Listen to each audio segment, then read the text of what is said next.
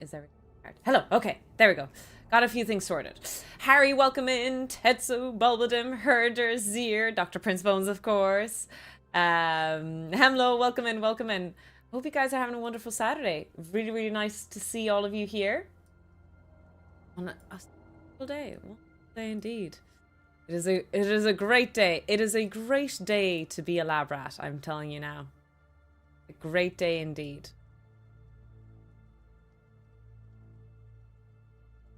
Oh, there we go. Move the chat a bit around. Well, that was only mildly stressful. I have 2 drinks in front of me. I have a cup of coffee that is getting too cold, and I have a milkshake. Well, not a milkshake, a smoothie. Blueberry and half a banana. So we're having a very drink-heavy stream. That sounds bad. That sounds really bad. We should be careful with that. I knew I forgot something. I forgot to take some selfies. And they call it a mine. Damn it! Harry, how dare you? Harry, thank you so much for 19 months. Really appreciate the support. Thank you, thank you. God damn it, I just remembered I did a whole bunch of recording, but I actually forgot to take all the selfies that I need for this. Damn it, damn it, damn it, damn it. Do I have to go on a quick break? I think I might have to go run away on a quick break, chat. Chat, will you be offended if I say goodbye to you and come back in 3 minutes? Like, just on the AFK screen. Hi, Sunbeam. Hi, Rogue. Hi, Mince. Very offended. Okay. You shall not be very offended, Command and Herder, if you only knew what I was downloading in the background right now.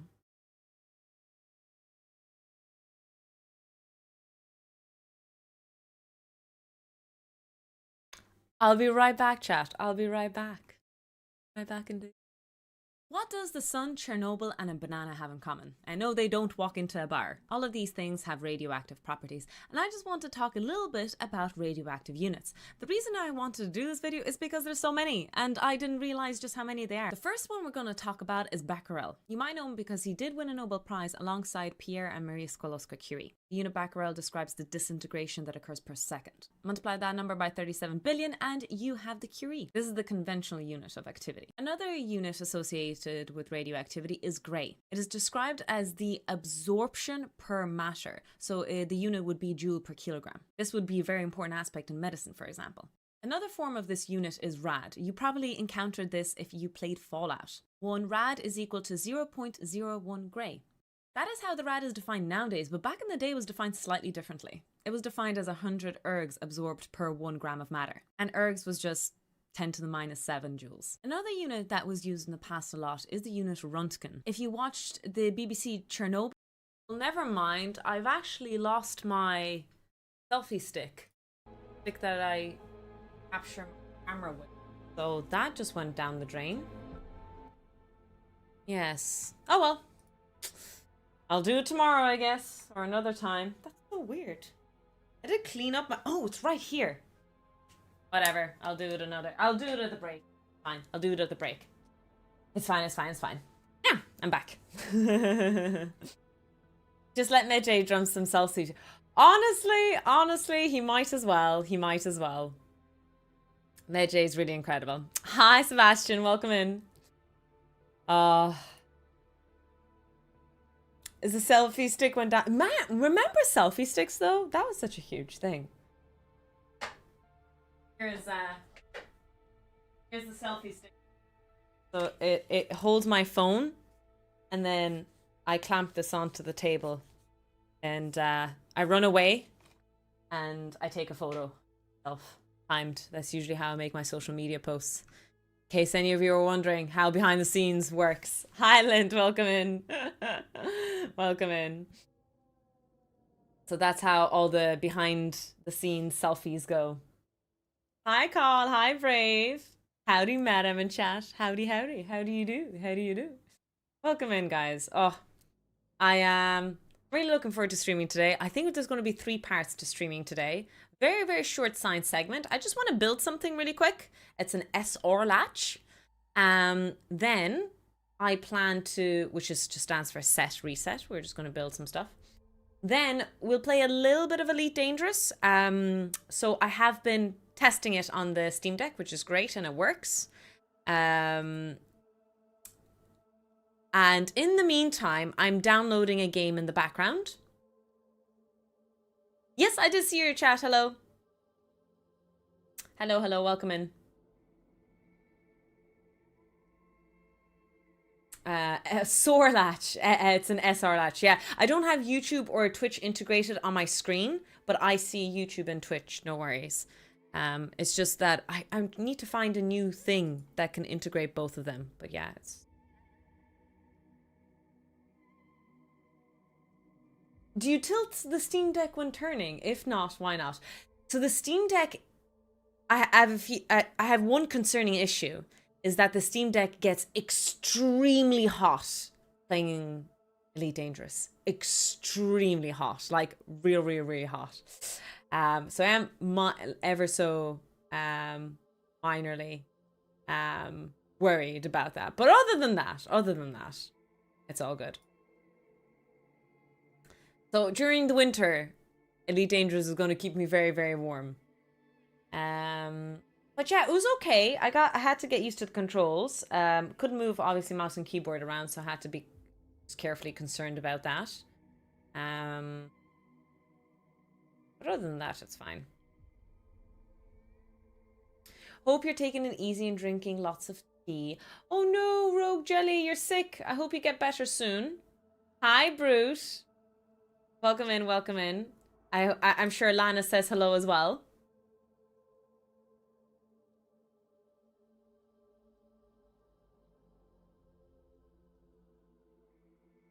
Other than being extremely dangerous, is totally fine. Did I hear that right? That is right. That is right. So yes, a small stream on SR Latches, then a small stream on Elite Dangerous, and then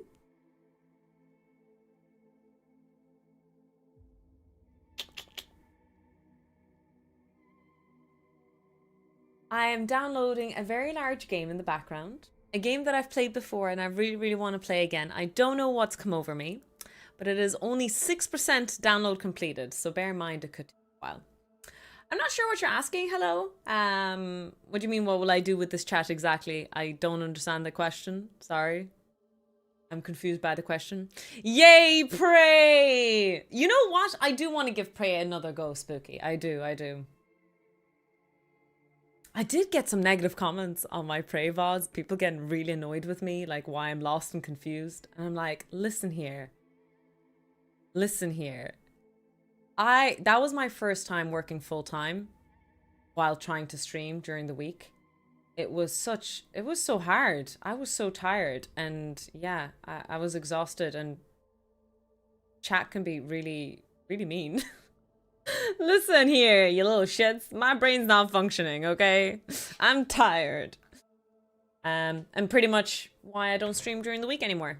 I noticed that my performance is very bad from a gaming perspective, number one. But number two, my performance is just terrible from a common sense perspective as well. Medjay, hello, by the way. How are you? We shared your artwork today. Really, really excited to see what happens.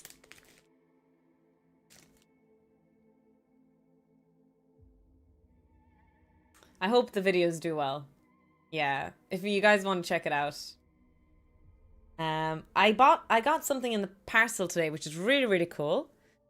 These are, what was that? What is that element again? Diadium? Whatever. Magnets. Tiny, tiny magnets.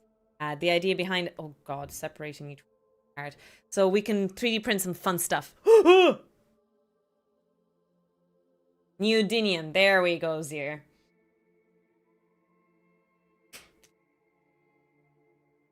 So yeah, I ordered a small batch of those so we can have some fun 3D printing stuff to do.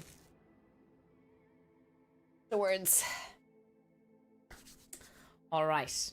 So, what are we planning to do today? Like the title says, there's going to be 3 parts to the stream. In the sense of, before we get kicking off on SR Latches, I would love for any recommendations of games. Specifically, I'm looking for... Here's the titles I'm looking for, chat. Perk up your ears. What kind of games are cozy? And cozy is a very big term word. Simulation, city builder, space, and or RPG. So those are all the kind of games I like. Tell me. Hello, Tofu. Oh my god. I didn't even realize, Patrick. Jesus, I'm not even going to read out your comment. I don't want chat to know what you just said. I completely fucking forgot. Jesus, that is awful day to wear red.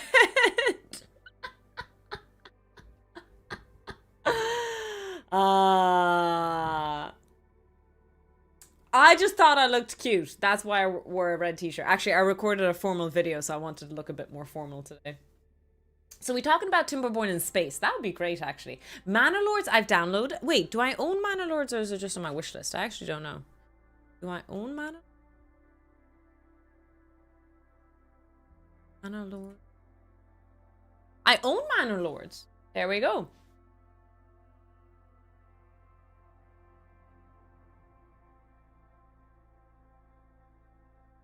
Wander Stop. I've never heard of that one. Wander Stop.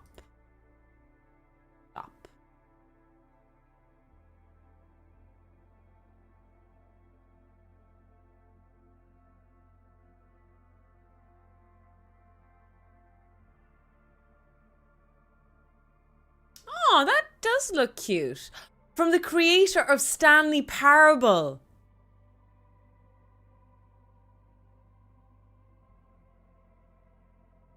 What? This game just looks nothing like the Stanley Parable. What? Okay, I'm gonna show you this, chat, okay? What the hell am I seeing? This is insane. This is wrong overlay. Steam. There you go, Steam. Check this out. This is funny. This is funny. Wrong overlay. Fun. Hi, Lana. How are you today? Welcome in. Welcome in.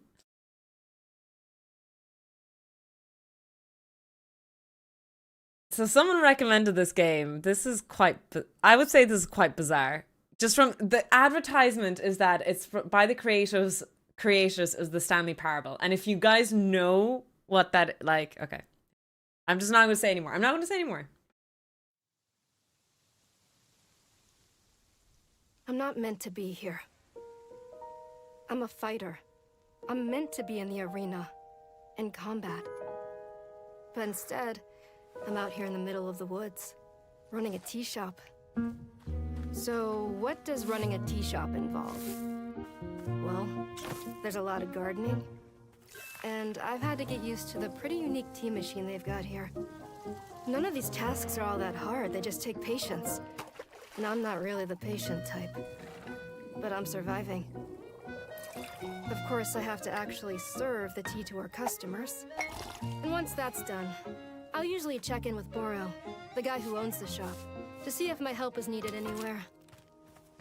And when all the chores are done, sometimes I'll just sit on a bench and do absolutely nothing. It's not fighting, but it's peaceful. And what's weird is that I actually feel good. I'm happy. I can stop running now. I can stop. I can stop. I can stop running. What? This is good for me. I need to enjoy this. I feel good. I'm happy. I'm happy. I'm happy.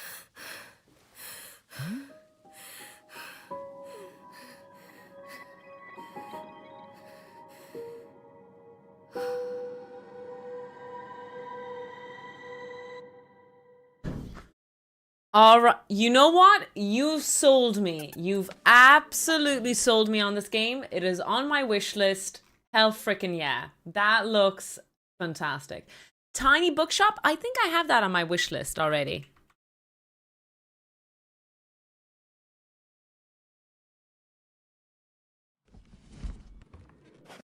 Oh no, I haven't. Oh, I have. It's on my Steam Deck? No, Nintendo DS thing. My Nintendo DS. Nintendo No Man's Sky does count as a cozy game. I agree. I've played the shit out of it already. Mixtape looks good. It does look good. Tomodachi Life, I don't know if I like it. Nier Automata was on my wishlist for ages. To Rivendell, Mr. Anderson.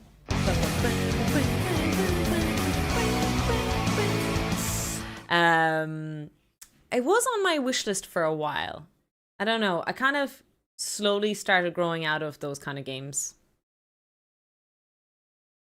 Outbound is on my wishlist. It looks really good. Stray, also played it, finished it, really good. How are you, Tarek? Welcome in, welcome in. We're just discussing possibility of nice space games. You sent me a game a while ago. I don't know if you remember, Tarek. Don't know. Should I risk putting on it? Kerbal Space Program I own, yes.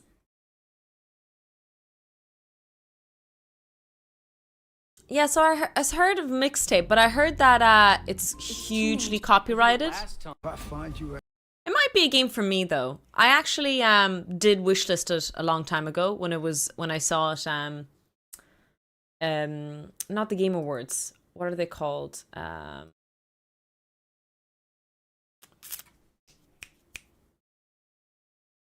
What's the new, not State of Play, that's PlayStation. What's the PC one called? The one with the guy hosting it.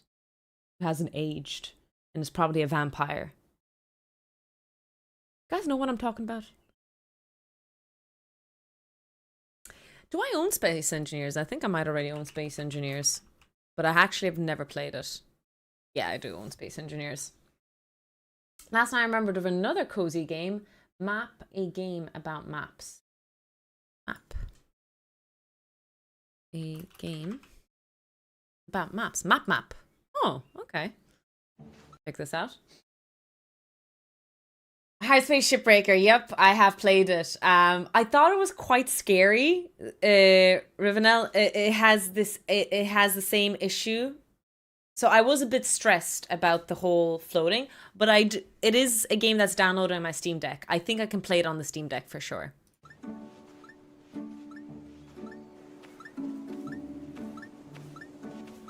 How many games do you own that you never played? A lot. That's why I play Spin the Wheel Call. The whole purpose of Spin the Wheel was to play games that are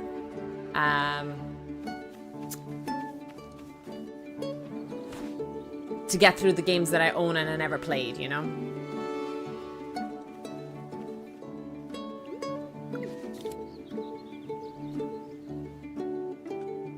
I hate cartography! It was the worst part of geography. I'm not going to finish this trailer. I just hated cartography. I own Against the Storm. Yeah, it's been on Spin the Wheel a few times. Last Caretaker is on my Spin the Wheel as well. Or in... Oh, Heroes of Might and Magic. Is that the one that Kiri's playing a lot? I have played Firewatch. It's very good. Heroes of Might... Yeah. Is that the one that I keep seeing Kiri and a few others play? Yes, I have seen them play this. Yes. Do you have a title on YouTube, like partner? Do you have a plaque for them? No, I don't think so, actually, Spooky. I have no plaque with YouTube, unfortunately.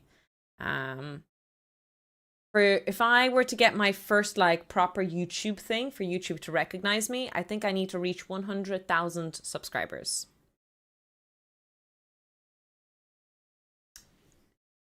YouTuber like is that the one with what's his name?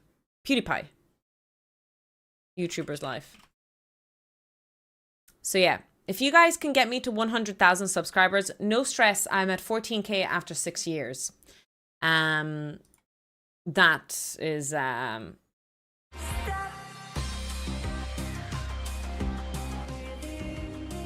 a big fan of platformers. We'll have to give you a heads up, guys.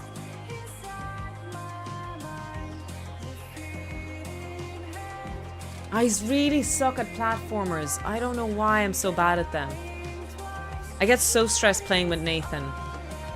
The only reason I played so many is because, like, Nathan carried my ass when we played duo.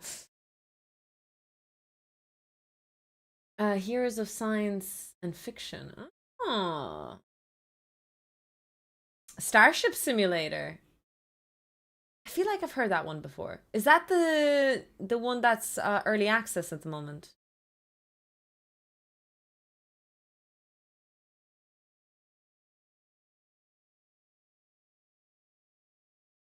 Heroes of Science. Okay, let's search it up. Heroes of Science and Fiction. Okay, what's this about?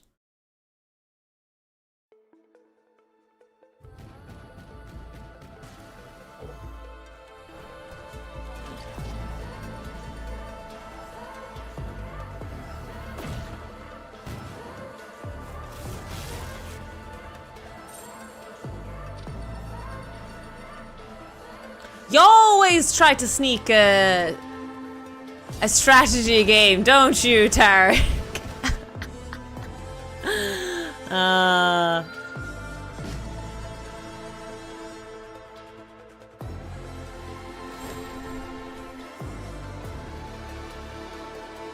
Sovereign Fleet. I am playing Elite, yeah. I will be playing Elite in a little while.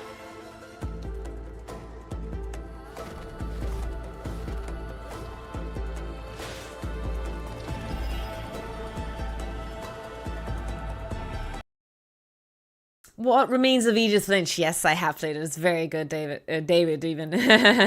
Palia? Yes and no.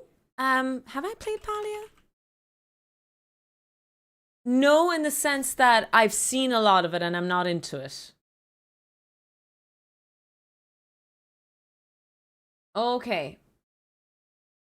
Yeah, Vest Banana, same. I try to ignore early access at the moment because there's just so many games that are already released, you know? What happened was, like, I filtered off my wish list. I did play Stray, yes.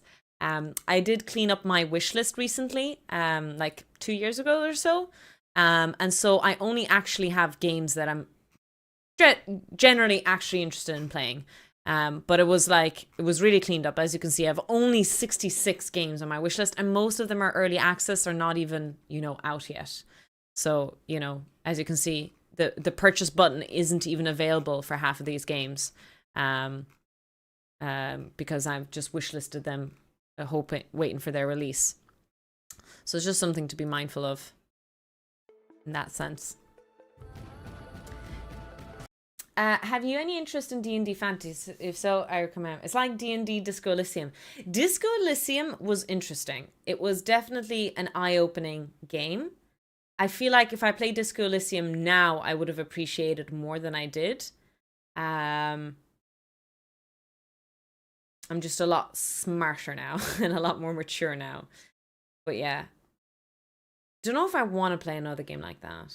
Faster FTL is so much fun, Rolik, yes.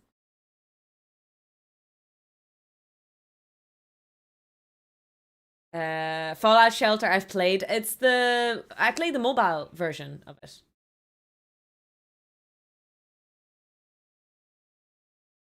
Missed it. But what game did you want? Oh yeah, you sent me a thing in Discord. It was like a 2D game. Oh, okay. I'll look at Tin Can, but honestly, the fact that you said puzzle is... Oh. Is it just Tin Can? The fact that you said puzzle is already like, nah for me. Oh, God. This is like my worst nightmare. Add in the fact that if there's a spacewalk in here, that's it. I'm done. If there's a spacewalk, this is my worst nightmare. This is the... Oh, God.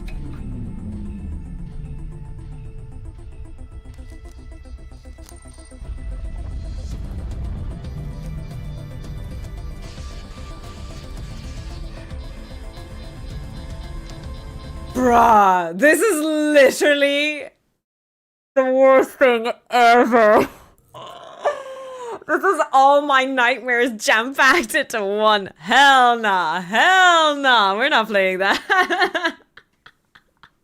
Hi, Mord. Welcome in. Welcome in. Yeah, I have Factorio on my wish list. I have this idea that I'll play it when it's on sale, but I think it's never on sale. Try Cast and Chill. Is that like a fishing game? Sound like, you know. Oh, it is a fishing game. I want to say I'm not into fishing games, but then like Out here, we've played a lot of sea games on the stream. You know? remember how quiet the world can be. How good it feels to breathe deep and just be. The river keeps moving. The bears find their fish. The deer disappear before you even see them. And the sky, she don't care what kind of day you had. I say I don't like fishing games, but then like Dredge is one of my favorite games. Subnautica, Bell rings, Dave the Diver. and the air smells like outboard grease and whole lake stories. You grab what you need, maybe a new rod, maybe just 5 minutes jawing with me about nothing in particular. Then you're off again. That sounds like a nice cozy game. Yeah. I own Stellaris, yes.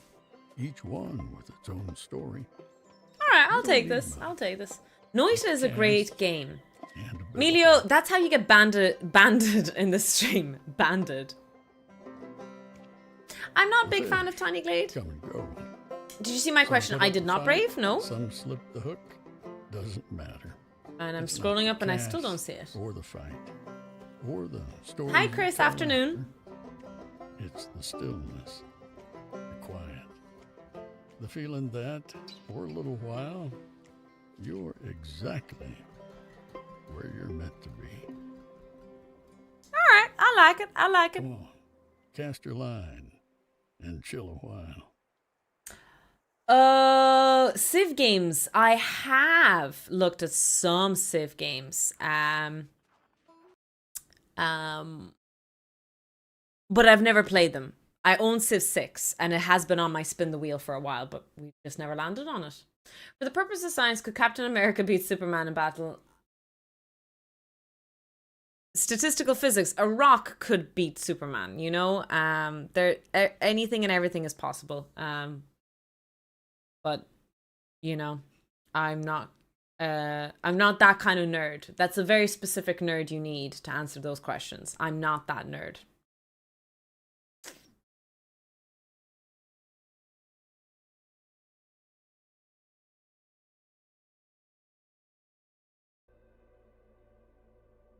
Your camera background looks so cool. Thanks!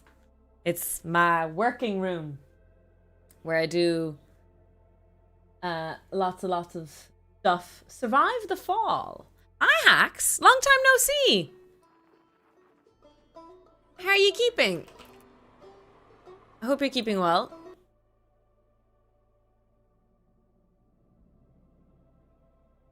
Explore, loot, and fight in an open world action game set in post-apocalyptic. Ah.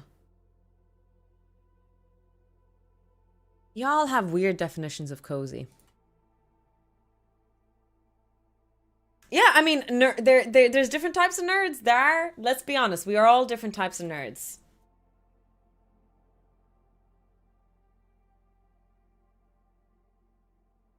They're very, very specific nerds.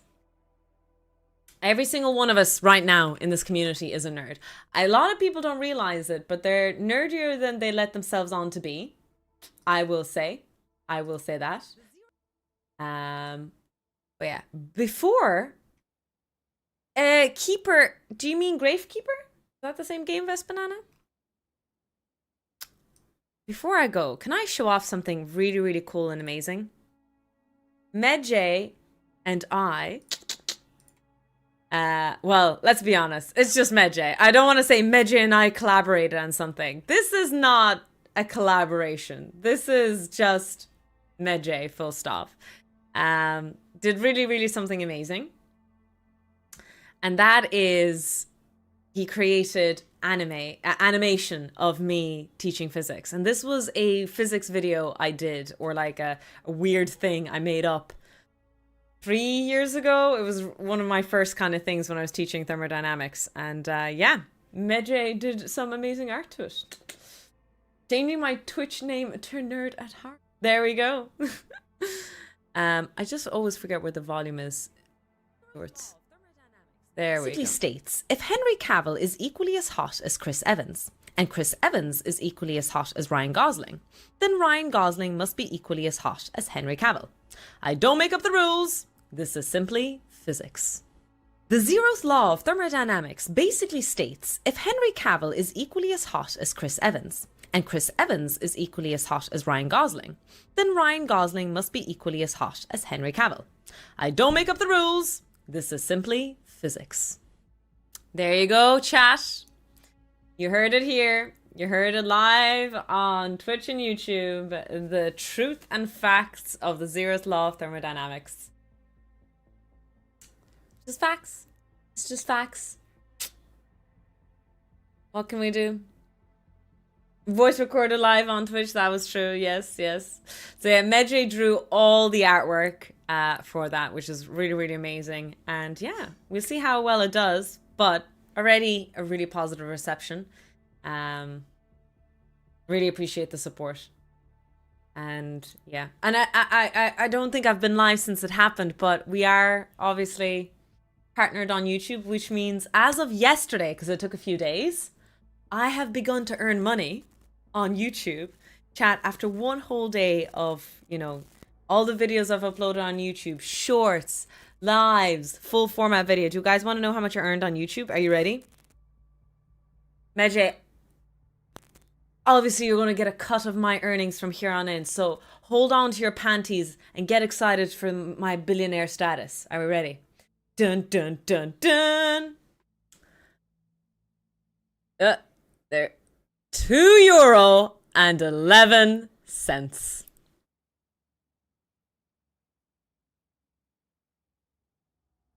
I'm a rich lady. I'm a very rich lady, if I do say so myself. That was more than I expected. Yeah, I mean, it's not bad. Oh, not bad. €2, you won't even get half a pint for that. Listen, honestly, as much as we are making fun of the money, it's the first time I'm ever getting paid for uploading videos. Like, the only format I ever used to get paid was you guys. And you guys don't even pay for the education. It's just subscription, you know? If you wanted to, you could subscribe and participate in emotes with chat. Or you could give bits. That was the only form of money I ever got. So it's crazy to think now that something that I was doing for free, I'm going to earn a couple of euros on it a day.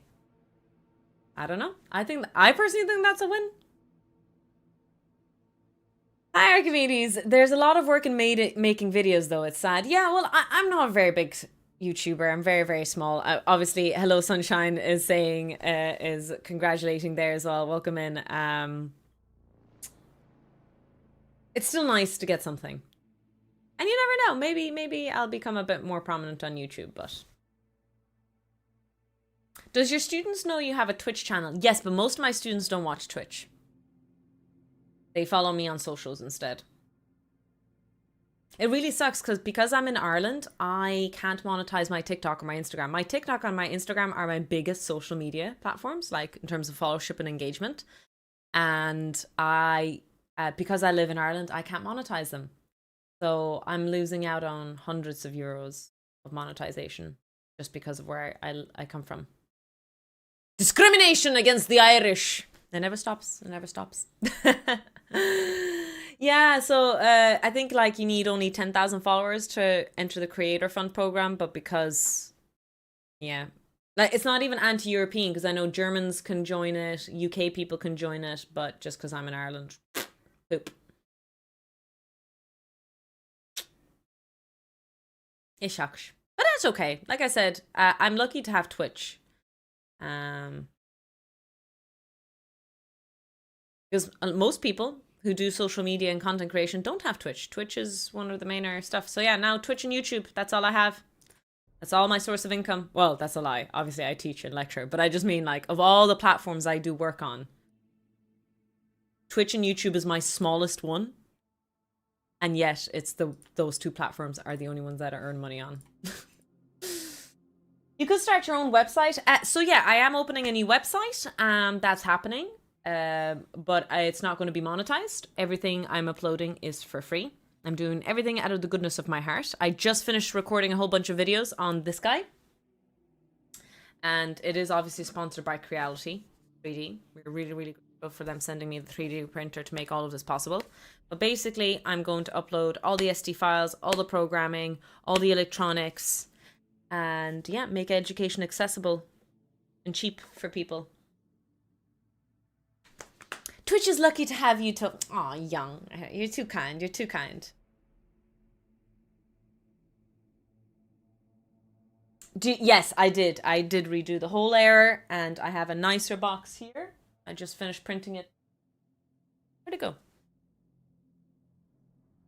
Where'd my box go? Oh, I left it in the bedroom, I think. Or not in the bedroom, in the kitchen. But yeah. A website for what? Just a tiny Toxic Tofu website. I guess, so what's happening is I'm actually being contacted by secondary schools to do public talks. I've actually been invited to do some judging and stuff for kid contests. That sounds really rude. For like young scientist kind of awards and stuff, which is great. But sometimes people ask me, oh, do you have a website or a link to what you do? And I'm like, yeah, I have a Twitch link and I have, but that's not what they want, you know? What they want is like a quick image or a quick something to just say, are you a proper human being that does this? And I thought that, you know what? I think I just need a website. It'll kind of solve everything really, really quickly. So yeah, that's my plan. Sort of like a digital business card. Exactly. Something very, very simple. Check out the celebrity scientists. Ah, okay. Yeah, something like a hackathon, but it's usually science. What I do, yeah. Science or tech. So I've judged on a few contests now. Not just young ones. I've judged an official PhD level contest, which is great. But yeah, I'm happy to do that. Yeah, I need to get a domain name. All the good stuff. Well, you had a horrible morning. Why do you say that, Future Mar?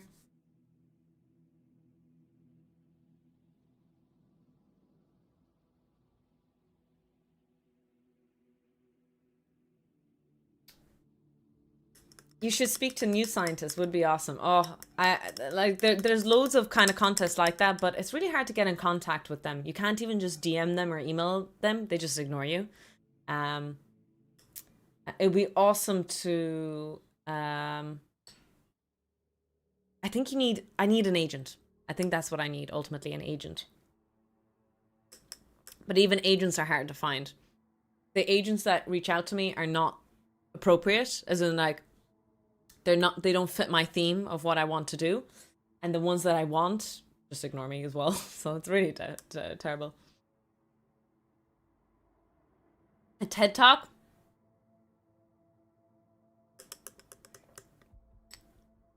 But for physics, yes. A TED Talk would be cool. It would. But I'm not even sure what I would do for a TED Talk, to be honest. A chocolate shake? No, a smoothie. So it's strawberry yogurt, some blueberries, and a banana.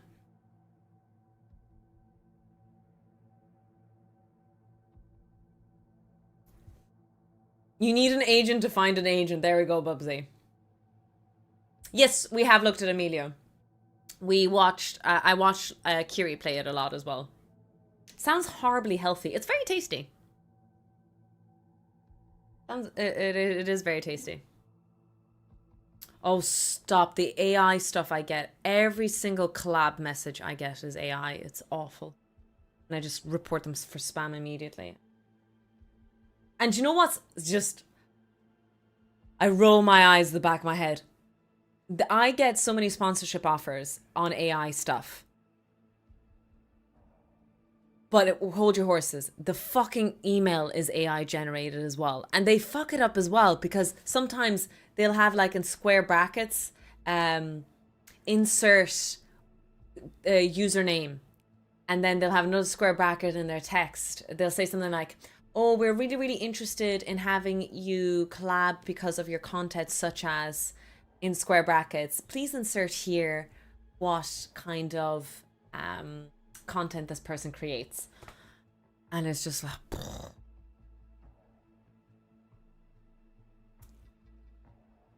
Did Bambi... Yes, exactly, Zero. Bambi is getting banana and blueberries. That's exactly what she's getting. How to tell if something is AI, if everything is AI. James, listen, I've fallen for the AI stuff. I have. A couple of months ago, I was listening to some podcasts. I tend to listen to a lot of interesting YouTube videos, video essays. And yeah, I'm starting to realize there's a lot of YouTubers now who are using AI for their scripts and editing style. And they've changed but what's so sad is that they're all using the same thing. It's the same. You'll notice that the script and the editing is exactly the same now. Like whatever individuality you had is just gone now. But at least they can pump out 3-hour videos a week. So a win, I guess. Sorry, I'm going to look for logic gates because we want to do an SR latch. So for what gate do we need for an SR latch? I'm actually going to use Ben Eater's one. I have a textbook that uses one of those logic gates, but I want to do... Ben Eater does a different logic gate. So I just want to try Ben Eater's one just for... he uses a NOR one. Perfect. So I just want to build a NOR SR latch.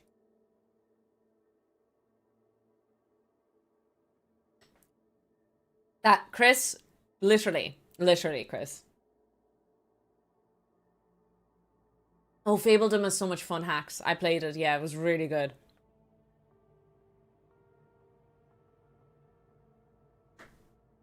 Find some logic.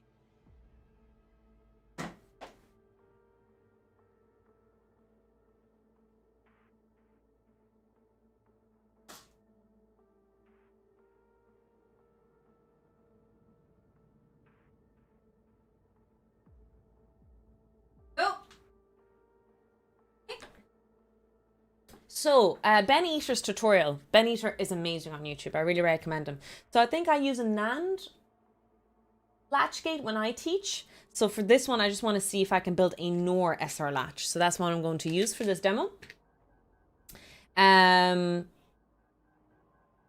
Obviously, you can buy SR latches and latches by themselves. So it's a chip like this and it's a latch. But we're going to build our own one using a NOR gate. That's the goal. Purple place cake. No, I don't. I've never heard of it. And NOR. My small red. Slay, welcome in with your 25 stream streak. Welcome in. NOR. Isn't it 2 hours, Anakin, if you're going to spell it that way? Shit, I can't open it. Oh, I can now. So, we're going to try doing that. Oh, don't apologize. Now you make me feel bad. I was having fun with you. No, don't apologize.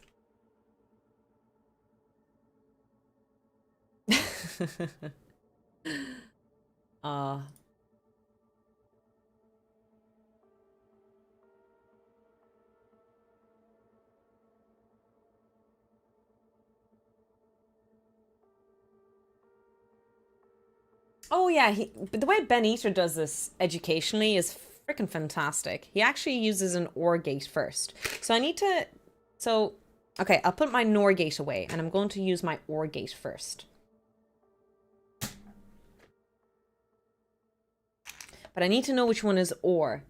So I have a suspicion that it's the SN74LS32N. Yes, it's an OR gate. Woohoo! My suspicions were correct. I have very correct suspicions. Yeah, like the stock pods, exactly. Check out Purple Cake Factory. Sure, I will, but I don't think I know that game. I don't think I was exposed to it. Oh, wretch.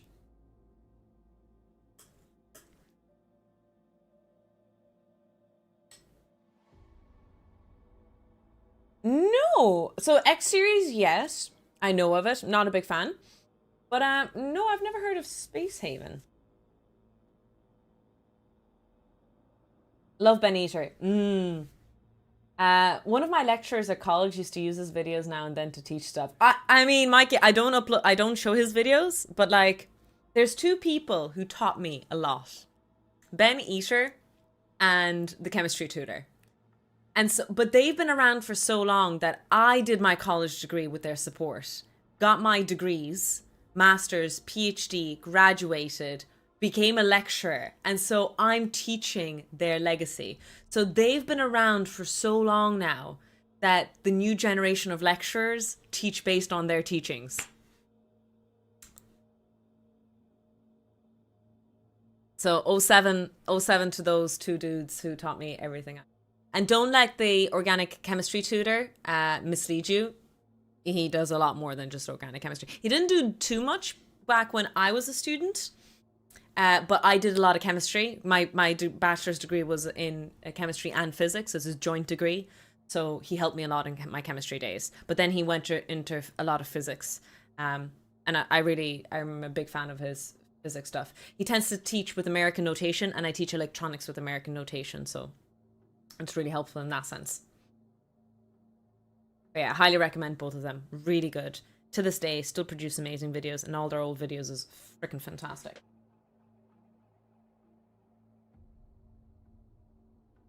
Getting this breadboard, wires, and what else do we need? Power supply. Oh. Space Heaven TLDR is basically RimWorld, but only on a spaceship. Okay. Is it top down? Because that sounds like fun, Space Haven. Let me click into it. Space Haven. I might not play most of these on stream, of course. For me, what I'm looking for is stuff that's good for me to play by myself, ideally on the Steam Deck as well.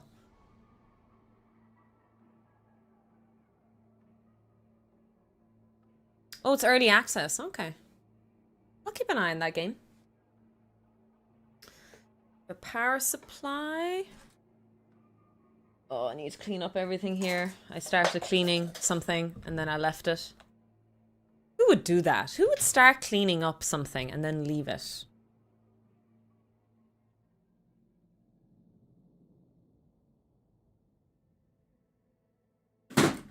Not me. Totes my goats. I wouldn't do that, chat. I'm so excited for Space Faller as I haul only in Elite anyways. Nice.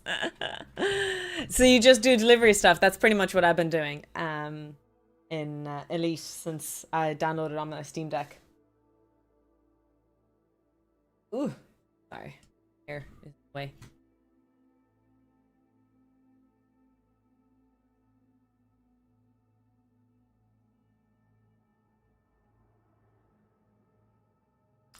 So I have logic gates. I guess I want some wires and LED. But I'm running out of LED. Oh yeah, I forgot. I was meant to order some LEDs, but I forgot to do that. I need some more wires.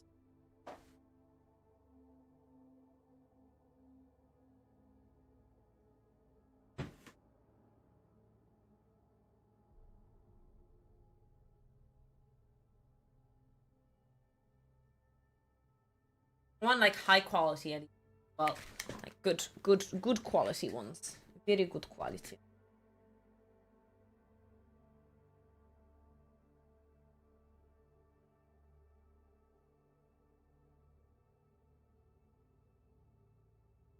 Deliveries in Elite are dangerous. Exploration and mining too.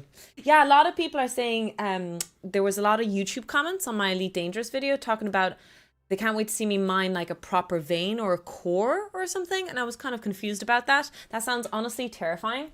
Any core mention reminds me of Astroneer and going towards the center of planets and stuff. Oh, I'm just getting a shiver thinking about it again.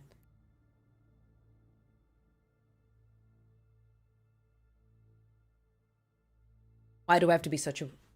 Oh, I'm sorry. All right, I'm going to carry you down, chat. Don't worry.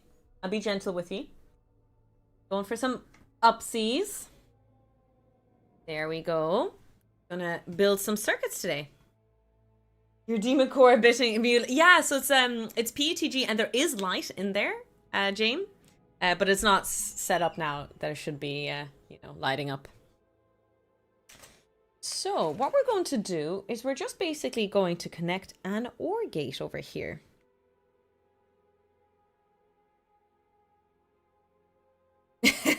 I love that Ultra emote. It's so good. Man, Ultra is such an inspiration to me, especially recently. Like, her work ethic. I mentioned it recently that I don't look up to anyone anymore, or I don't idolize anyone anymore. I think it's unhealthy, and I've had, you know, bad experience with it, obviously. Don't meet your heroes kind of thing. But I got to meet Ultra, and she is really, really lovely. That being said, though, I really appreciate her work ethic. Her longevity in her streams are just fucking impressive.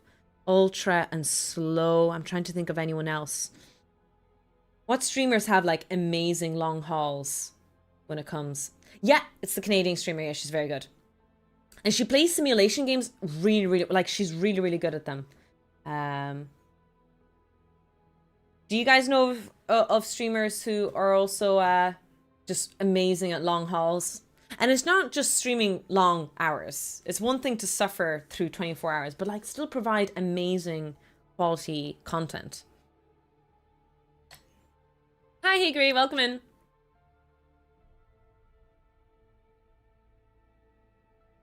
Thank you for using gluten-free breadboards. Anything for you. Anything for you. So I actually need to see how I power this chip. Sorry, guys. Look up this code again. It's SN.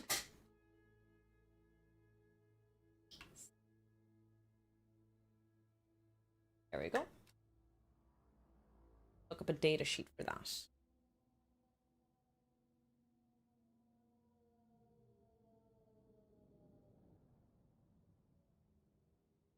I know IRL streamers who streamed. Yeah, no, I agree. Oh, that reminds me, Grindhouse, of another streamer then.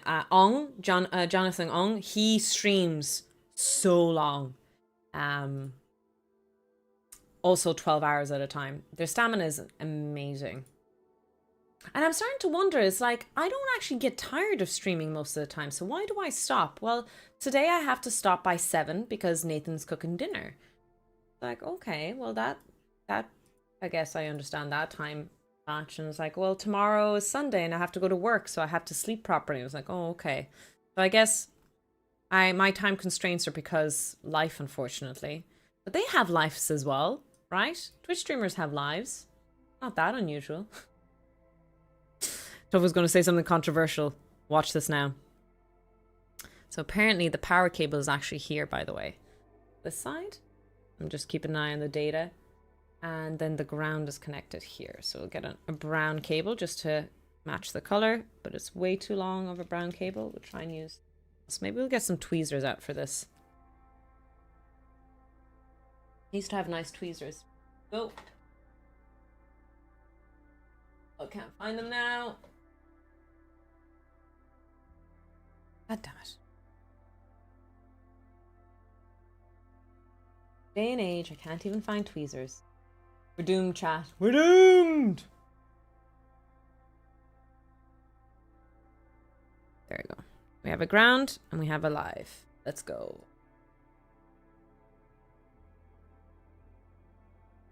Yes, Heartspace Shipbreaker I own. It's really...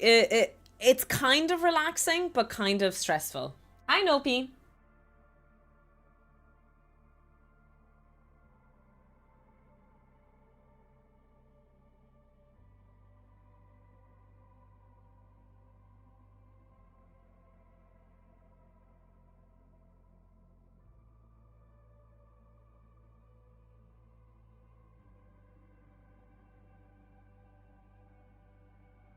Okay, so what I've done right now is I've just pre-connected my breadboard to have this chip in operation. This is an OR gate. What we're going to do is I'm just going to kind of replicate what Ben Eater does in his demo, which I think is a great idea from a teaching perspective.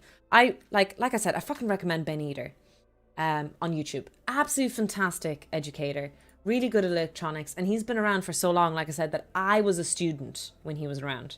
Now, he does loads of projects, but he does also have educational videos. I'm obviously recommending his educational videos. Anyways. So what we're going to do is we're going to use these 3 chips here to check out this OR gate. We have one leg here, one leg here, one leg here. One of these guys is input 1. One of these guys is input 2, and the last guy is going to be input out. And that's where we're going to put the LED. If the LED shines, it means it's a high. If the LED doesn't shine, it means it's a low. Now, we can't have LEDs prior to the logic gate, and I was worried about that years ago when I first started this. I was like, why doesn't this work? Well, if you remember, voltage drops are important. To get this guy in operation of a high, you need 5 volts. Now, there is like a range that noise immunity, it's called, of where they can operate. And just to be mindful of that it could be very, very sensitive or could not be very, very sensitive at all. It depends if it's a 3.3 volt operational TTL or what's the other one? It could be a TTL or I forget what the other ones are, but it could be a TTL, it could be 3.3 volt, or it could be a 5 volt. And they have different ranges and honestly, manufacturing process as well. So each individual one could be its own manufacturing limitations, definitions, if that makes sense. So we're just going to have 2 wires hanging out here because we're going to define CMOS. There we go. We're going to define this as high or low, depending if I connect it to high over here or low over here. Then we're going to have the output. So maybe I do have a red LED. The reason I use a red LED is because it's the least amount of voltage that you need. It's about 1.8 voltage drop. Now you're going to have a resistor in there because you need to control the current as well. Sorry about the banging. Nathan can be quite loud. You also need to limit the current because if there's unlimited current or like anything higher than 20 milliamps going through the red LED, it's going to blow up. But then if you put a resistor in series, you're going to lose some voltage. So you need to make sure you just need to be a bit mindful of the maths there. So what I'm going to do is I'm going to grab a resistor. I'm going to put a 330 ohm resistor. V is equal to IR. The voltage is 5 volts divided by 330. Quick maths.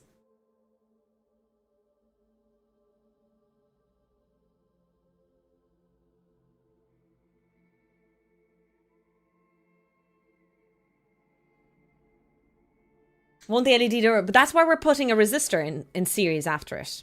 So by putting a resistor in series, we are going to ensure that it doesn't blow up. But the voltage, we're not worried about voltage. Obviously, there is a voltage cutoff. But generally speaking, in electronics, we don't care about voltage with LEDs. They're going to operate quite well.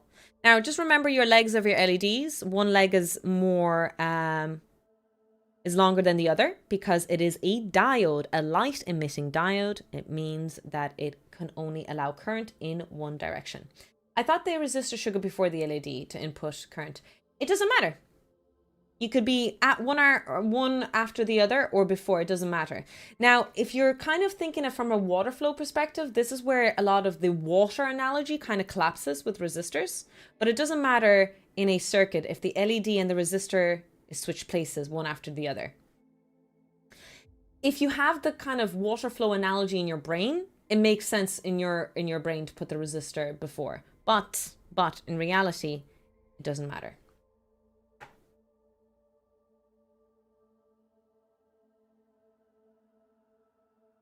Ooh. Close doors. There you go.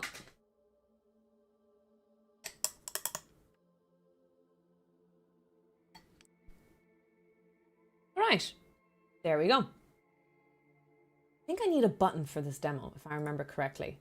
This demo only works with a button. I think that's right. So, on a button. Have a button. Pushing all my buttons, babe. But in front. Say what you gonna do to me. Here we go. We have a button. The question is, how do I in place the button? Heck it, let's just get this guy working first before we do any buttons.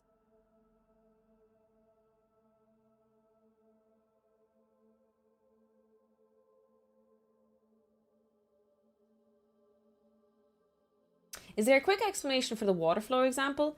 So the explanation is using current to explain electron flow. So what is current? It is the flow of electrons, but imagine it's like water in a pipe. Voltage is a big tank of water with high amount of voltage. It's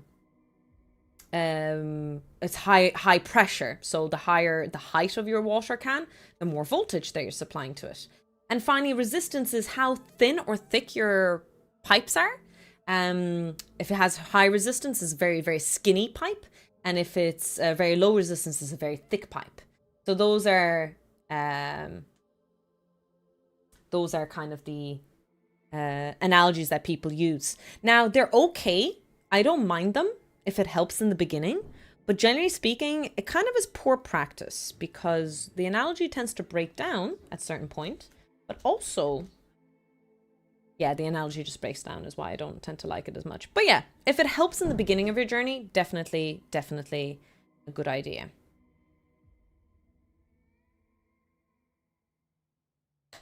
It literally exploded. Oh my God. For me, I've never seen an LED explode, Lint. It's always just a quick pop. Not even a pop, it's just the filament, the thing just, and yeah, it doesn't explode. Jesus, how much current went through for it to explode?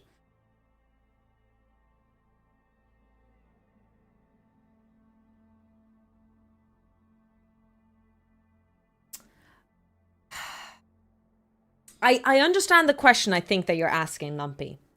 And I think there's a lot of things wrong with that, unfortunately. That's not how electron flow works. It's immediate at every single point.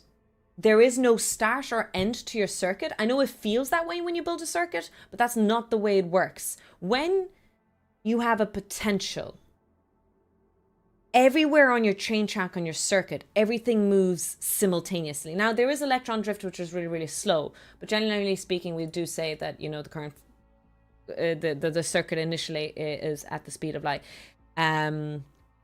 There's all those different analogies, and a lot of people can jump in and correct me, and other people are going to argue about it. It's very, very pedantic. But generally speaking, what I would say is that rather than thinking about it as turning on a pipe and water flowing through your circuit, so you know where it starts and where it ends, really what's happening is there's water already everywhere.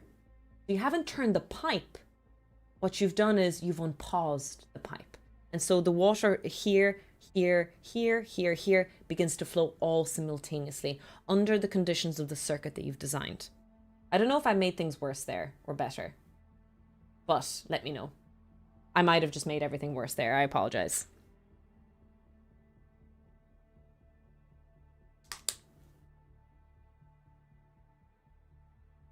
Okay, so let me plug in my power supply real quick.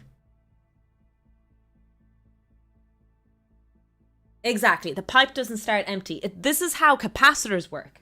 Because if you think with the water analogy, the capacitor and the inductor start really fucking up with the analogy quite quickly. So at some point in your concepts and ideas, we need to abandon it. Hello, Butter. Welcome in. Welcome in.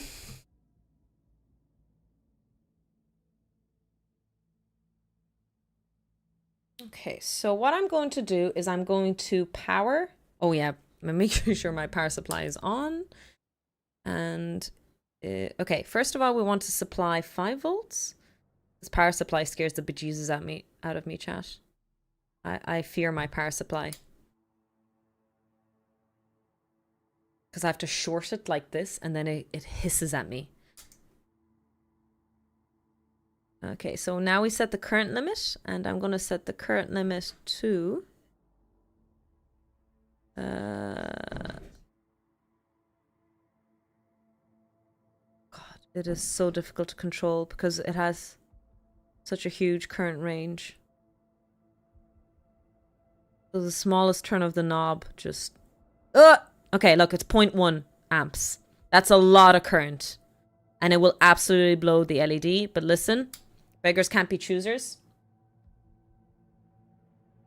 Hey, thanks, Cliff. Thanks, Cliff. I don't know if it helped, but if it did help. Yeah, James, at some point, the water analogy in electricity does break down. If it works for you, that's great. But it doesn't work perfectly in across all electronics. I think understanding the physics is a lot better, in my opinion.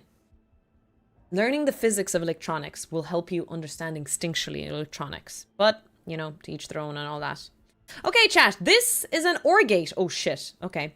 Do you remember your OR gates? What if both of our inputs are low? What should we get? We get a low. 0. What's or? It's plus. So 0 plus 0 is 0. 0 plus 1 is 1. 1 plus 0 is 0, and 1 plus 1 is 1. There we go. Okay, so our OR gate works, and I didn't blow up the LED, which is great. Hi, Elizabeth. Welcome in, welcome in. So this is the OR gate. Now I want to rebuild this, but with a button. With a button. Pushing all my buttons, babe, but you keep fronting. Say what you gon' do to me, but I... Okay, so how does he do it with a button? So the goal here is that we're only controlling one input and the output is one of the inputs. We're going to short one of them. Let me turn off the power supply before we start messing around with this. Obviously, it's not that dangerous, but you know, health and safety and all that. Sorry, my straw's in the way of the camera. Apologies. Hi, Amaran. Have I? I'm glad. Good afternoon. Welcome in, Biju. Welcome in. God, a wizard. A wizard indeed. What do you think might take that the speed of light is limited only by our mind?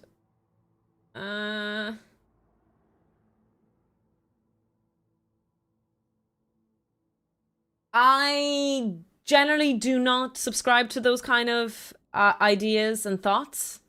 Psi Network. I think people, if you're going to go with those kind of analogies, we jump the gun a lot. There's too much foundational stuff that needs to be covered before we kind of go into those ideas. It's the same thing as any communication about quantum and mindfulness that we see.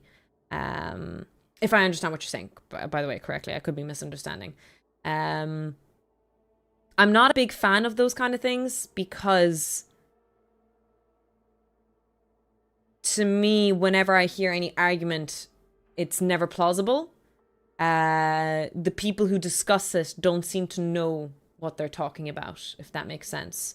That it's not foundationally sound in physics or science.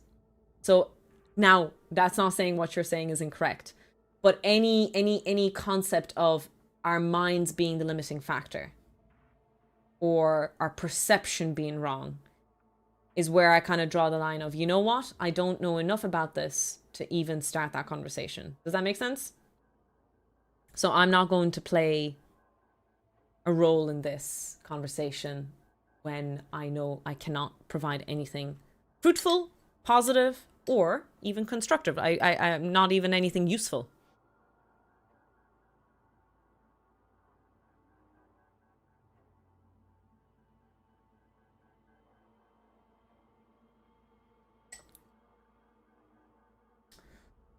Then eat or build a circuit. I'm really confused. Okay, let me look at this. So what we want is one of the inputs, this guy here, to be also the output. I just short it. That's all I want. I just want one of the inputs to be shorted.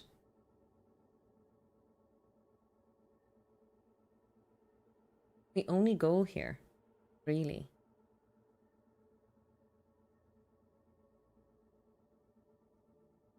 Right in thinking that? Okay, so let's say I short these two guys.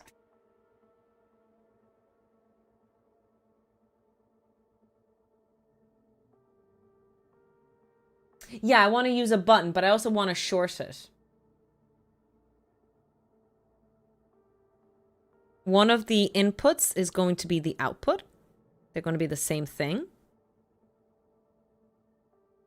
So at the moment, this guy is an input, but the third guy is an output, but I've shorted both of them.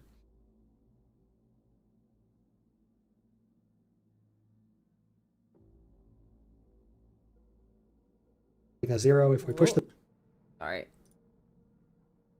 Just want to look at a circuit. The output obviously is an LED. That's here.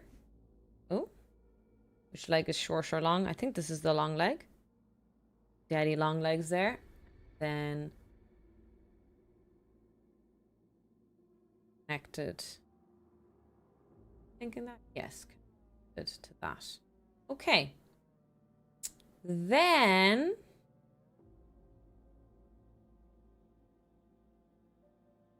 oh, the button is just for this guy. I'm just gonna have one button used for let me see how these buttons work. Never sure how these buttons work. Which one is connected where? I think these two are shorted together. I'm not mistaken.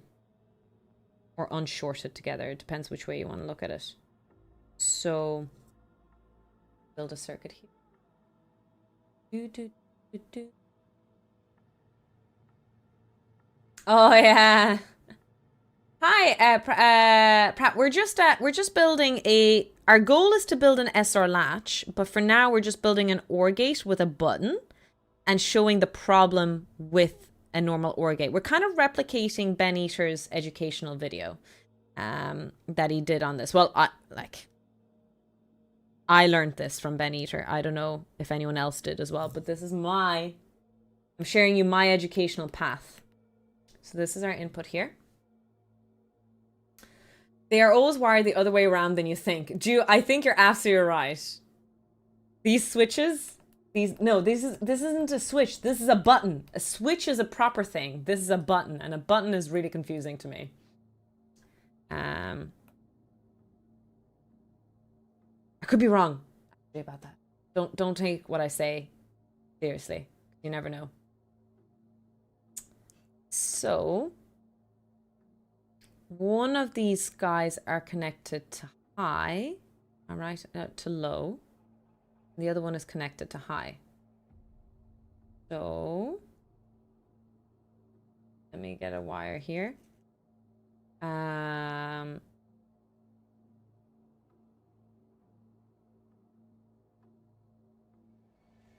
No.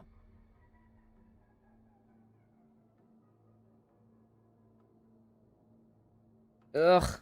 Scheiße. Sorry. Bear with me, chat. Sorry. I'm going to connect this guy to high. Sorry, to low. And then the other leg of the switch is going to be connected to high. Oh, I have a red wire here. So connected from here. This leg way back to high. Is that correct? Do this correctly? Oh, I guess we'll find out. Chat. The worst that can happen. I'm going to lurk and play Crimson Desert. Oh, I've heard so many people play that game.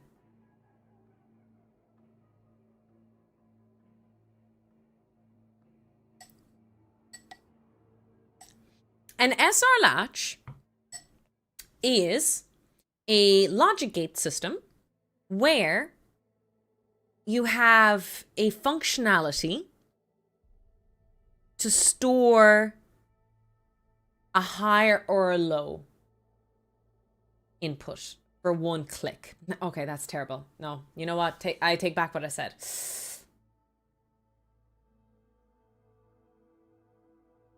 No, it's right. That's a fair statement. An SR latch is a little logic gate system. No, I'm right in saying this, where we store a 0 or a 1 until we reset the system. So So we don't know which one it will, but we need to store that information until we manually reset our system. That's why it's called an SR latch. S, set, and R, reset. So it's a system where we set or reset something. So let me turn this on now. Hope I don't blow up anything. Okay, the current isn't too crazy.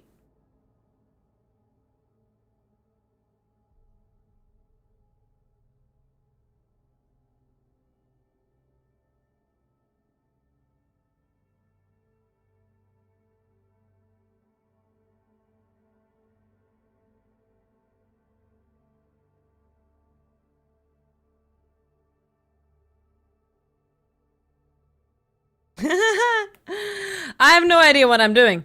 Okay, let me look at this.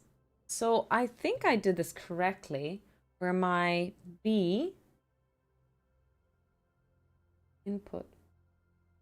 Think about this. We're controlling whether the A is high or low. A output. Looks right to me. That makes sense. I wonder what this button does. Is this a button or is it a lock? Okay, so we turn it off and we need to start at 0, 0. Okay, at the moment, the input is 0, 0. Okay, so then I click the switch. Or do I have to hold it? I'm not sure. And it should be 0, 1. Okay, no. Do I hold it then?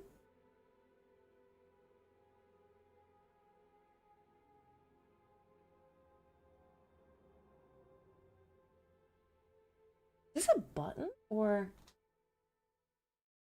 I don't think this is doing the right thing. Not that I want to. So, okay, let me try again.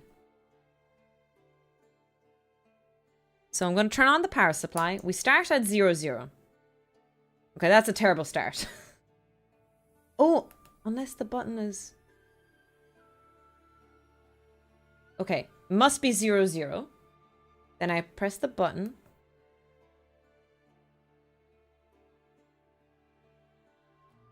No, I think I built this wrong, chat. I'm actually being stupid.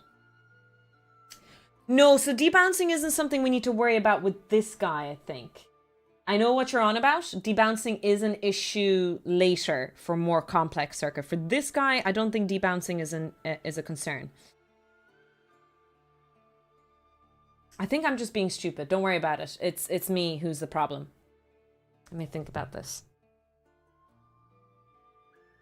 I think I just don't know how this button works. Is this a button or is this a switch? I just need to get my voltmeter and measure it. Yeah, I don't understand the double... Yeah, is it 2 clicks? I'm not sure. I'm not sure what it is.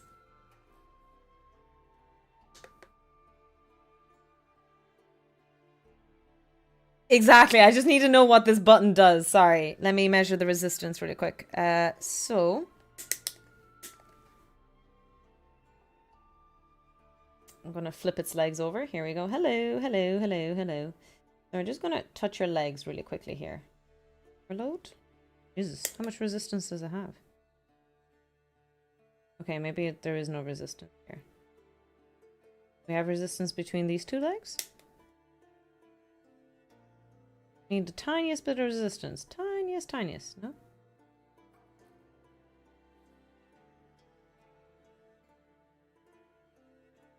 Maybe can I connect it to the volt?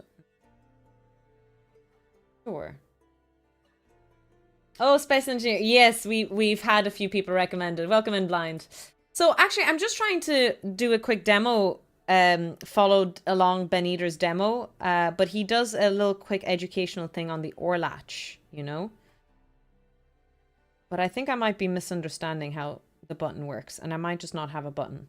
I'm not sure about this part. Did I build this correctly? Did I even build this correctly is probably the better thing to make sure first. On one, so this is input 1. It could either be low, to do that right. Which word? Shh, chat, stop talking. Shh, psh, psh, psh. I got this. Let me think.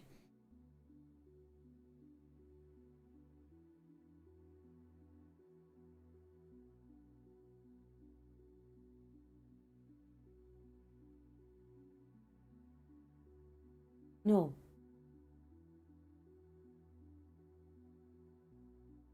Always.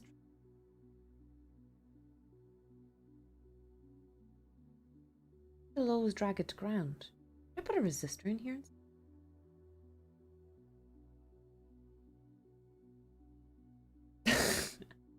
Sorry. Sorry for telling you all guys to shut up. My bad. Hello. Welcome in, everyone. Welcome in. Tofu's just being sassy. Don't mind Tofu. It's just sassy as always. I need to put in a resistor. Because otherwise it'll always pull it down. You're wrong about that. You're misunderstood. Man, why does a button make everything so confusing?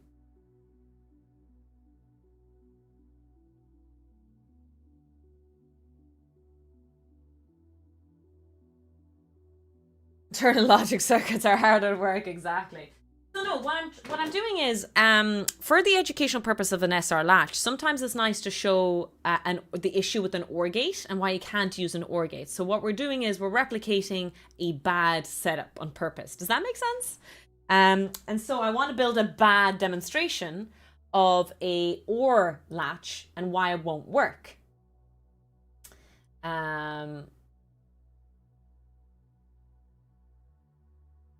If that makes sense. Let me see. Yeah, because he holds the button.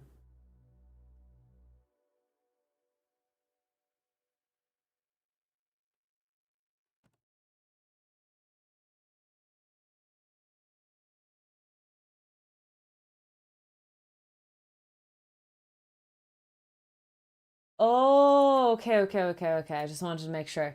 Let me think about this now. So this is a hold button. It is. And so when we start off this thing, it's a 0, 0.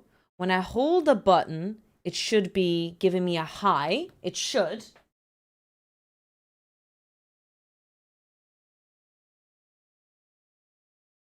And then when I let go, it should turn off again. But what's happened is the output and input of one of those two guys has locked. And because of that, it doesn't turn off. I think that's what's meant to happen. Okay, let me try this again with my brain. Okay, so let me turn it on. Fuck. Yeah, no, I've just built the circuit wrong. It's an OR gate. At the moment, it should be 0, 0, which means that it should be 0 output. But I've somehow fucked this up, guys.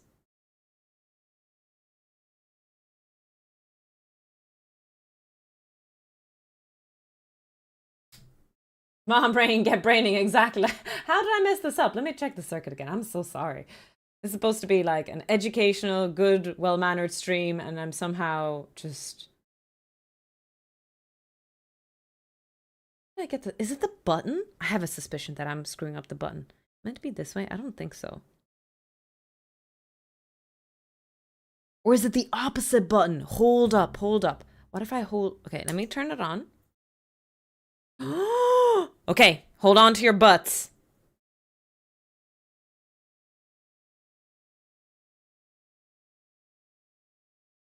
Hey, it works! Okay. Now it works. And nothing I do... It was the button! I knew it! I'm not stupid. Well, that the jury's still out on that one. But it was the button. Okay, so let me explain what I did. Sorry about that. I was breaking my mind because I was... Okay. So this is an OR gate, and what we've done is, so we've tested the OR gate. When we had 0, 0, our output was 0. If we had 0, 1, our output was 1. If our input was 1, 0, our output was 1. And if our input was 1, 1, our output was 0. So what I've done this time is that this button is going to control whether or not I'm putting in a high or a low for one of them. But the other guy, the second input, is shorted. Our input is actually going to be our output now. You're like, what the heck, Tofu? Yes, what the heck indeed. So that means if our output is 1, our input is 1, and if our output is 0, our input is 0. And there's this weird loop we've created. We're basically fucking up the circuit on purpose. Hi, Kevin, welcome in. Those buttons are, I know, hacks. They're so weird. I got so confused. So let's start by turning on my power supply. The way I've set up the button is that it automatically is supposed to be 0 at the moment, okay? So 0. Our input is 0, our output is 0, sorry, second input is 0. Nice closed loop. 0, 0, 0. 0 input A, 0 input B, 0 for output of those two guys. Okay. Next step is I'm going to press the button, which means I'm going to change one of the inputs to a high. And you guys know an OR gate. An OR gate means that as long as one of the inputs is high, our output is high. Yay! Are we happy? Let's all do a little dance. Everything works. Now, lo and behold, chat, I'm going to remove my finger off the button, which means that, it becomes 0 again. What? What's just after happening? Well, input A is 0. But input B is stuck in an infinite loop. Because our output is high, our input is going to be high. Because our output is high, because our input is high, and it's just stuck on, feeding itself. And no matter how much I press this button, change it from high, low, high, low, high, low, high, low, high, low, it's still going to be high. So we've messed up the circuit, unfortunately. That's basically what's after happening here. We need a new design to reset everything. So we've set it, i.e. SR latch coming in now, but we need something better to reset it. The circuit is high, noted. So that's the first part of what I wanted to do today, which is nice that we got it done. Eventually, the LED will blow up. Well, I suppose it'll run out of performance over time, yeah. But it's not infinite current going through it or anything like that. So it's still good. It has about 0.008 amps going through.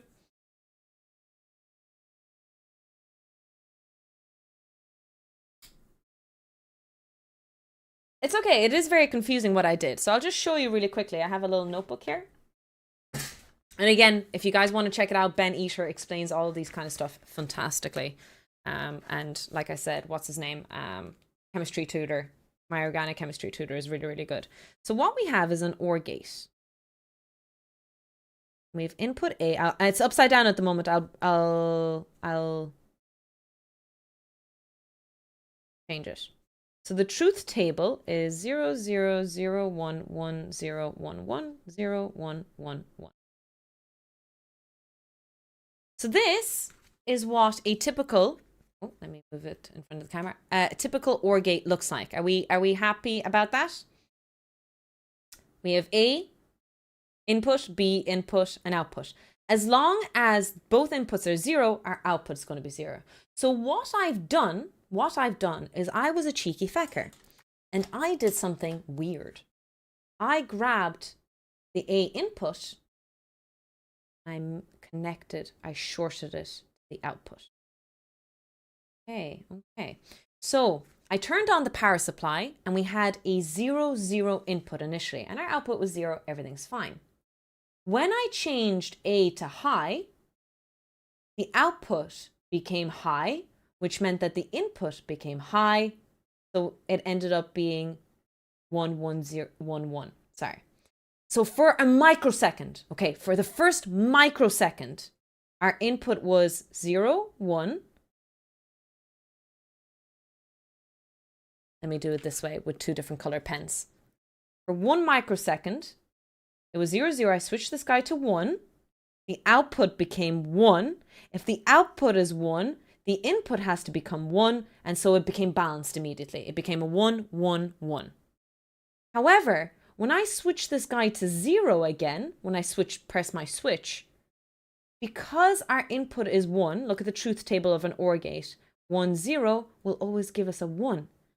So it was a closed circuit. No matter if I kept switching this guy to 0, 1, 0, 1, no matter what I did to A now, because this guy was a 1, a high, it was stuck in a loop. It would never allow the output to change. So that's a problem. It's not necessarily a problem, but like, what the feck, that's not useful to us. You know what I mean?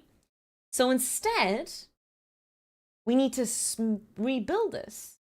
Maybe use 2 logic gates, build a system and call it an SR latch system where we can set our logic gate and not changing the input and store the information. But sometimes we might want to reset it. So that's the goal behind an SR latch and what we're trying to do.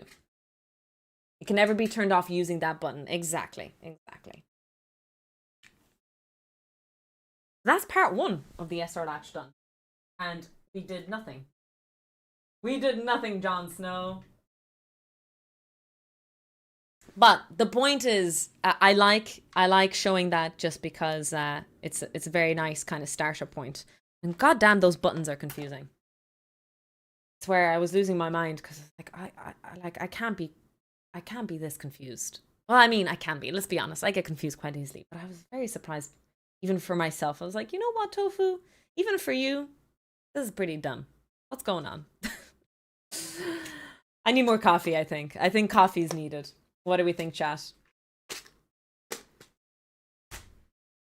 Who wants a pot? A pot of coffee? Going once, going twice.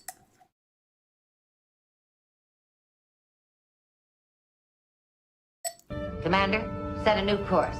There's coffee in that nebula. There's coffee in that nebula. Let's check Steam.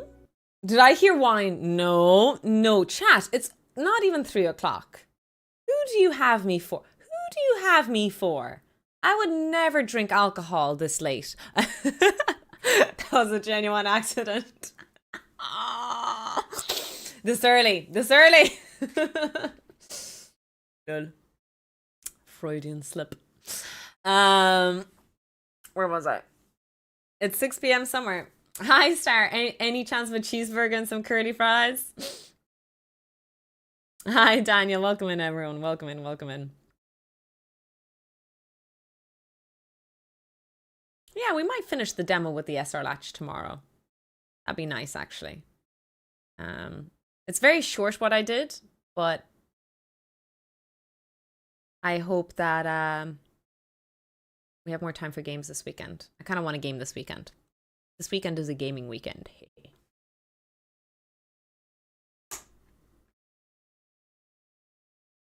Drinking habits are a bit of an SR latch.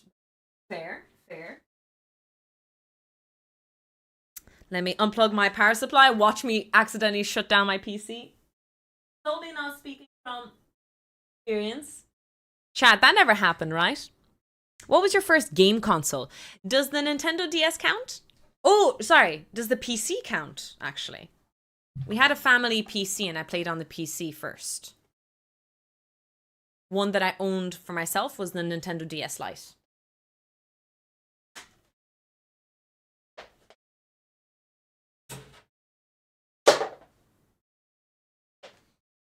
PC does not count. Oh, it doesn't? Oh, that's... Okay, so the Nintendo DS Lite was my first one then.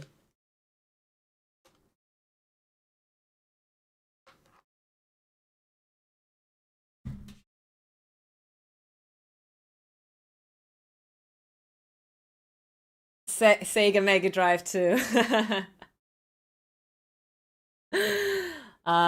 Yeah, so Nintendo DS, and I know exactly what game I had. I had Pippa Funnel 2. I was such a hardcore fan of Pippa Funnel. I loved all those horse games, and I had them on PC so much. I had tears in my eyes. I was so happy to play those games. I replayed so many of them recently. And Nathan, out of nowhere, it was like 2 Christmases ago, he bought me Nintendo 2, sorry, the Pippa Funnel 2. And it was like the cheapest present he gave me Christmas. Like he bought loads of lovely stuff, you know, and that thing cost €2 and it was the best Christmas gift ever. And I had so much fun replaying all of it again. Such a bad game. But you know, I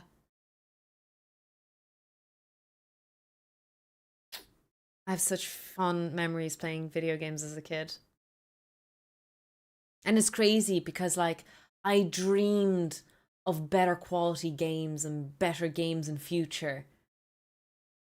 And they're so amazing now. And like if I were you know,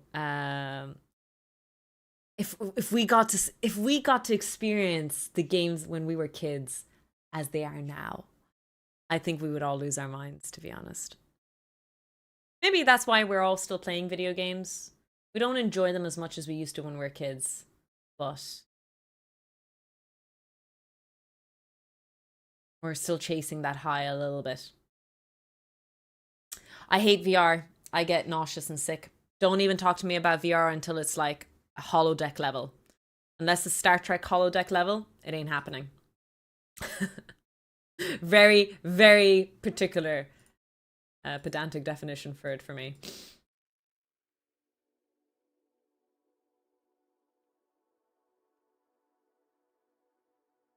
I do think we're in a really weird era of video games now, though, with HD graphics, and the realism in games. I used to. I don't think I'm generally speaking a person who goes for games for the graphics anyway. You know, in terms of high quality graphics or anything like that, or like realism or anything like that at all. But now more than ever, I'm kind of, Jesus, like, at what point are we watching a movie happening in front of our eyes? You know what I mean?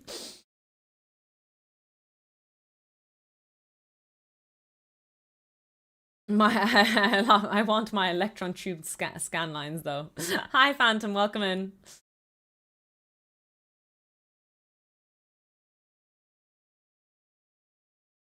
How do you trick your brain not to procrastinate? Listen, I'm terrible for giving you advice on that. I procrastinate all the time. I think what helps is that my hobbies and my job is actually fun nowadays. And so sometimes I commit to things and I end up having a lot of fun with it and getting really focused. For me, like, I will say that for anyone who has procrastination issues or and I don't want to blanket statement this because bear in mind ADHD is different for everyone. Let's be careful about that. And I don't have it, so it's not fair for me to give advice on it. But something that, you know, that I tend to enjoy or I can give advice on is, do you know those YouTube and TikTok videos and Instagram videos of study talk and studygram? And they make like beautiful to-do lists and write 2 pages a day or Pomodoro or those kind of things. Those things drive me up the wall. I am so unproductive and I'm unable to use them. They're clearly not meant for people like me. So if you're anything like me, those don't work. For people like us, if you're any similar to me,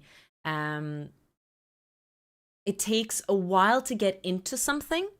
But when I do, I'll say me for now anyway, when I do, I'm unstoppable. So that's why, even though I'm a procrastinator through and through, and I tend to leave things last minute, a lot of people have this illusion of me that I'm really well prepared and I'm always on time. I am on time, to be fair. That is true. But you know, there is this weird illusion that I have a to-do list and I get shit done and everything like that. I'm actually a terrible procrastinator. I leave everything to the last minute. But when I do lock in, I lock in, if that makes sense. So, and it's so annoying because as I'm doing it, I was like, why didn't I do this earlier? This is actually so interesting and so much fun. So I don't know if that helps.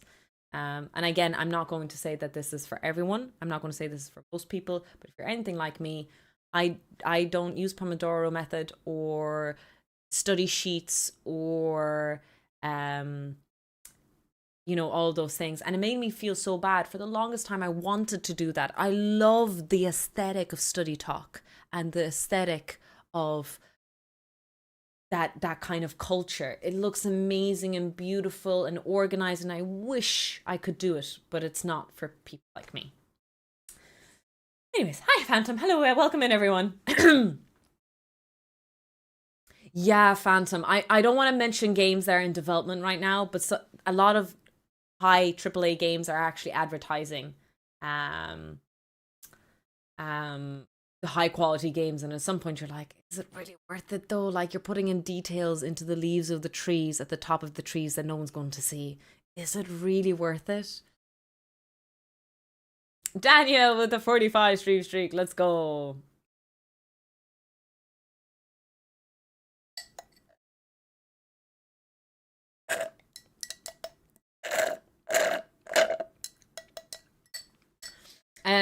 A phrase that has helped me is plan your work, work your plan. Okay. If that works, that's great. I would say that I can't plan my work. I'm that bad, unfortunately. But look, it's not terrible. I've obviously achieved some stuff in life, a couple of things. So clearly what I do isn't too terrible for me. Could there be better methods? Sure.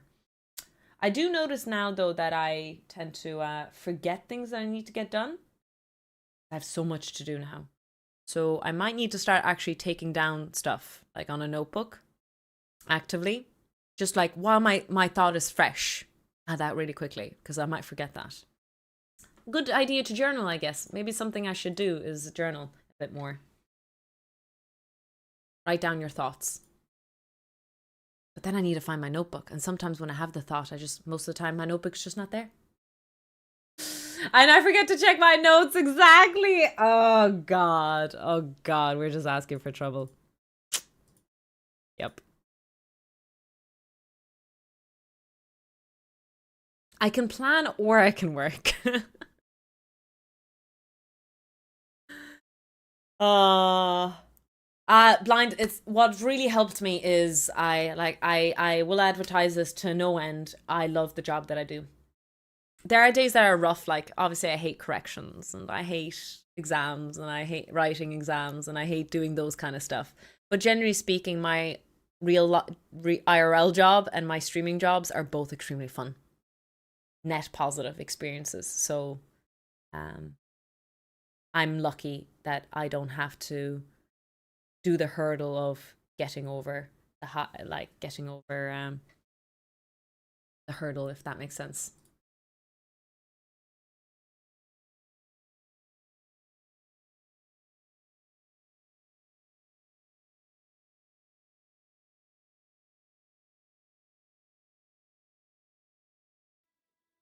Funny to think about it. Had so many bad jobs all my life. Really hard-working stuff.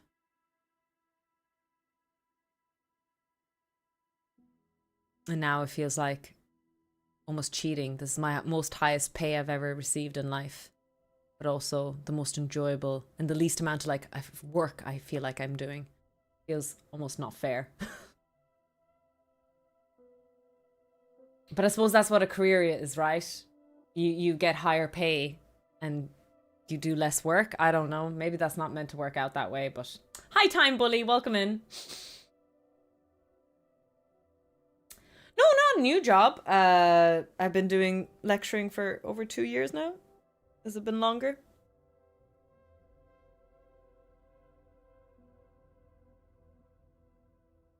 Oh, I'm sorry to hear that, Slayer. Yeah, Mumbles the Meek. I'm very lucky at the moment, but you never know. Maybe next year I'll get bored. Yeah, this could be the first year I'm going to get bored at work because it's the first time I'm not going to be learning anything new. It's going to be the first time that all my modules I've taught before. I've already fixed most of the lectures. I'll still be fixing them. I'll always improving, obviously, but it's the first time that I'm not going to be teaching a new subject. I'm going to be one of those lecturers who's been teaching the same subject for years and years and doesn't change anything.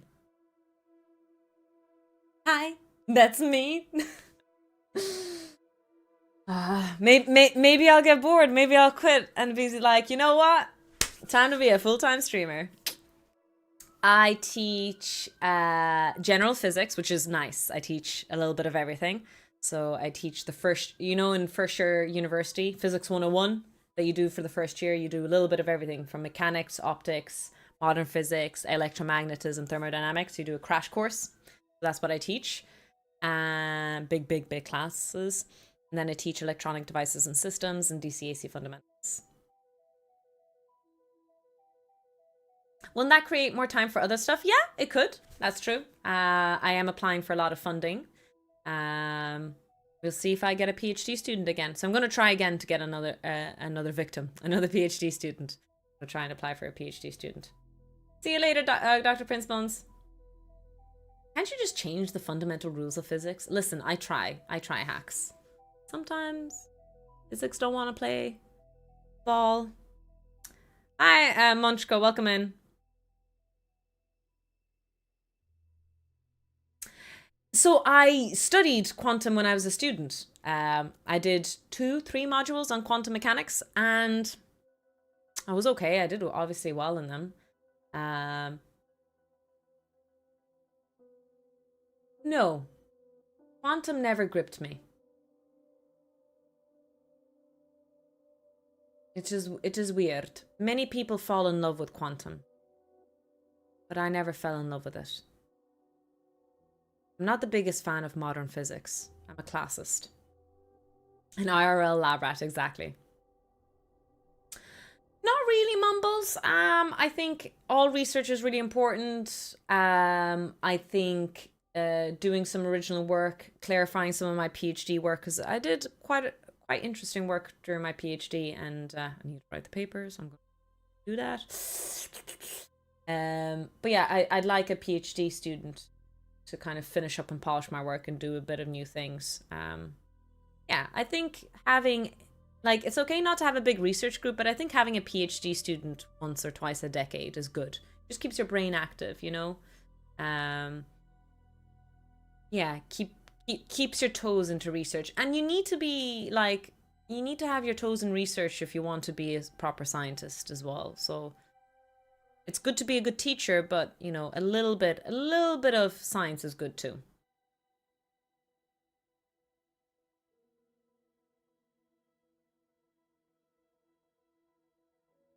If you had all the money in the world, would you become an evil scientist? No. If I had all the money in the world, I'd buy a bigger house. Give it a lot to my family and friends. I could, if that's allowed on the condition. Do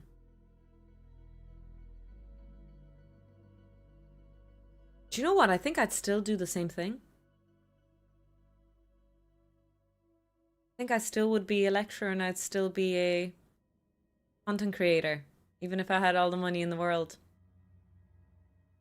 I love to teach. I really do. I think I'm okay at it. I would like to say I'm good at it. Buy all the wishlist games, most important thing, yes. No, we don't use chalk. I don't have a blackboard where I teach. It's all whiteboard. It's all whiteboard and marker. But you'd be surprised how many people rely on modern technology to teach. We had a outage of computers for a couple of months, and people were losing their minds. They were like, "How are we meant to teach? We can't give access to students of this and this." And I was like, "Okay, I guess again." Blindfolded or what it called blinders on the horses. I'm lucky that I'm teaching physics. All I need is this and a marker, you know.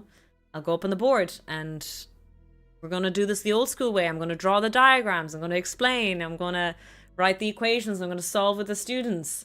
But yeah, a lot of people struggle to teach. Majority of people struggle to teach because of the no access to modern computers. But yeah, we got away with it in physics. Oh no, actually, I'll say that a lot of other physicists did complain, so it was just, I was happy to do it the old school way. Do students even bring a pen and paper to class anymore? Yes, they do, yeah. Most of my students bring pen and paper and or tablets. A lot of them do use tablets.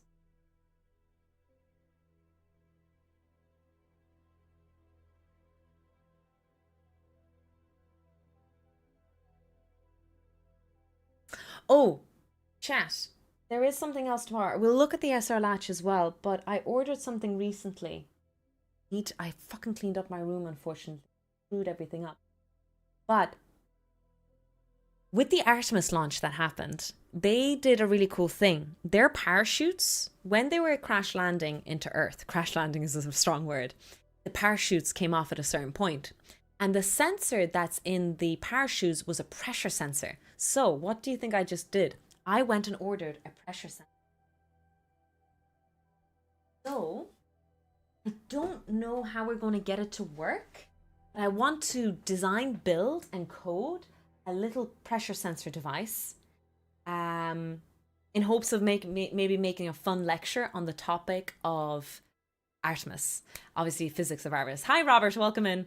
I hope to do like a Artemis launch physics. There'll be loads of stuff. Newton's laws, mostly rotational and gravitational physics, the rocket equation, all that good stuff, and then some electronic components that were used in Artemis. So, have that I find had a little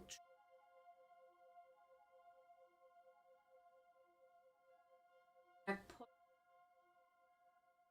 sense. Need to find it. I bought a oh, there it is.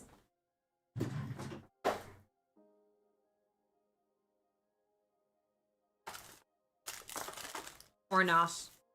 Damn it, it's not in here. Oh no, it is in here. Is this it? Yes. Barometric pressure sensors. Cool. Okay. So we have a pressure sensor I ordered. I've never worked with one before, but we can learn. So that is the plan. Maybe even tomorrow. We'll see how we do with the SR latch. But it's a little tiny guy. You can see it through the thing. I don't want to open the packet just to lose it all. But that is a pressure sensor. Thanks, Carlos.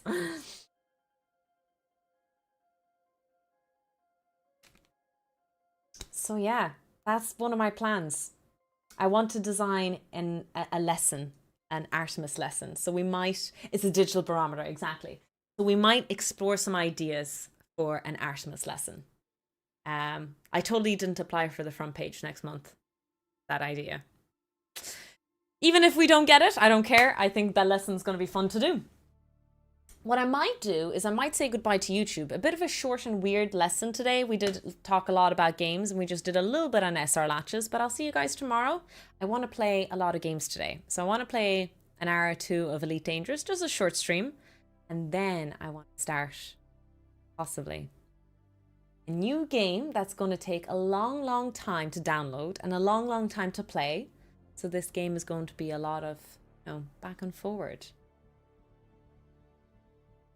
I'm not playing Spin the Wheel, so you guys do not get to decide what game I play. Do you guys want to know what game it is? I'm sure loads of you are already guessing what it is. It's almost downloaded, 73%. I'm replaying a game that I've wanted to replay for a long time. And I've been trying not to replay this for